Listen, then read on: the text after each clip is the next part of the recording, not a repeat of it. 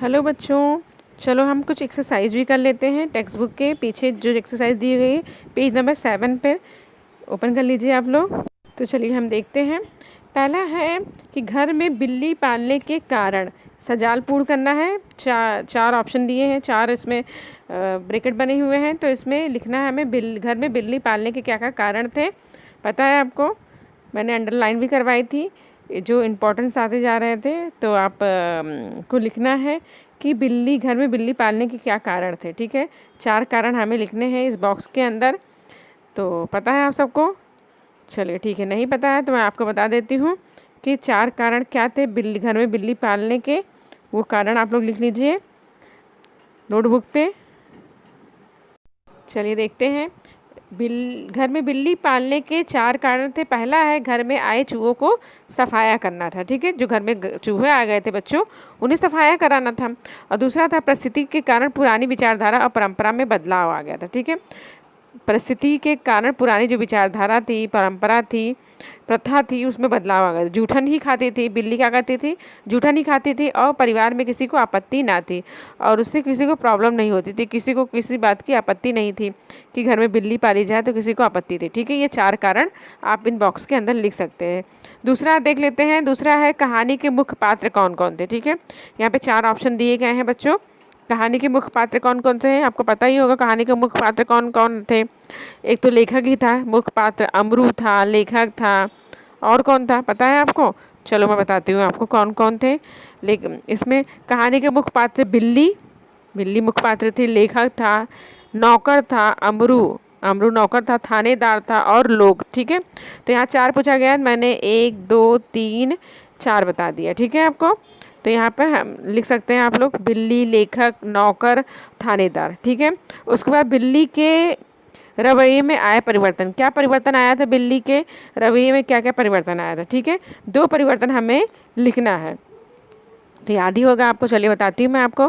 पहला परिवर्तन आया, घर के सदस्यों के आगे पीछे फिरने के बजाय वह रसोई में आसपास कोने में दुबक कर बैठ जाते। ठीक है, पहले सदस्यों के पीछे आगे पीछे घूमती थी, लेकिन अब क्या हो गया था, वो आगे पीछे ना घूमने के बजाय बल्कि वह रसोई में किसी एक कोने में दुबक कर बैठ जाते। दूसरा था, जब मौका लगता मज़े से जो जी आता चोरी कर कर खाती थी। कौन? बिल्ली खाती थी। ठीक है, जब उसका मन करता वो खाती थी वो चीज़ें। दूसरा क्वेश्चन देख लीजिए, स्पष्ट कीजिए। क्या स्पष्ट करना है यहाँ पर?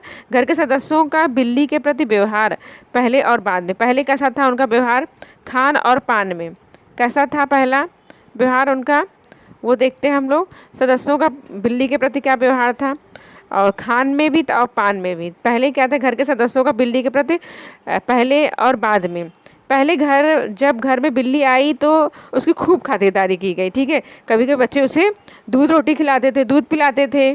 2 महीने बाद सब बिल्ली से तंग होने लगे, उस पर सबने ध्यान देना छोड़ दिया। ठीक है, पहले तो उसकी खूब खातिरदारी करते थे, खूब रोटी दूध पिलाते थे, लेकिन बाद में क्या हुआ, जब 2 महीने बाद सब लोग तंग आ गए तो उस पर ध्यान देना छोड़ दिया और छुटकारा पाने के बारे में सोचने लगे। ठीक है, सब लोग उससे क्या पाना चाहते थे बच्चों? छुटकारा पाना चाहिए। किससे? बिल्ली से छुटकारा पाना चाहते थे, इसलिए उस पर ध्यान देना उन लोगों ने छोड़ दिया।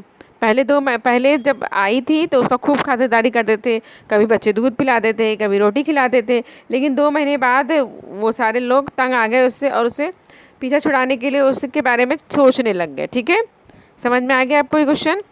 नेक्स्ट क्वेश्चन देख लेते हैं। प्राणी हमसे कहते हैं जियो और जीने दो, इस विषय पर अपने सहमत प्रकट करने। ठीक है, प्राणी हमसे कहते हैं जियो और जीने दो, इस विषय पे हमें क्या लिखना है? सहमत लिखना है बच्चों। ठीक है, ये भी बता देती हूँ आपको कैसे लिखना है सहमत। चलिए लिख लीजिए। प्राणी हमसे कहते हैं जियो और जीने दो। संसार का हर एक व्यक्ति इन 2 शब्दों से परिचित है। ये केवल शब्द नहीं बल्कि जीवन की सच्चाई है। सारे महापुरुषों के उपदेशों का निचोड़ यही 2 शब्द हैं। यदि हम 2 शब्दों पर अमल करो तो 2 शब्दों पर अमल किया जाए तो केवल अपना जीवन सुखमय बना सकते हैं, बल्कि हम से जुड़े प्रत्येक व्यक्ति का जीवन सुखमय और खुशहाल बना सकते हैं। ठीक है, 2 शब्दों से मिलकर जो बना हुआ है, यदि हम उस पर अमल करें ना तो हम खुद भी सुखी रहेंगे बच्चों, और हमारे पास जो आसपास लोग हैं हम उन्हें भी सुखी रख सकते हैं, खुशहाल रख सकते हैं। ठीक है, तो इसका तात्पर्य यही हुआ। प्राणी हमसे कहते हैं जियो और जीनो दो, यानी हर आदमी को खुद जीना चाहिए और दूसरों को भी जीने देना चाहिए, कभी किसी को कोई तकलीफ़ नहीं देना चाहिए। तो मुझे आशा है ये चैप्टर आप लोगों को अच्छे से समझ में आ गया होगा बच्चों, बिल्ली का बिलंगुड़ा।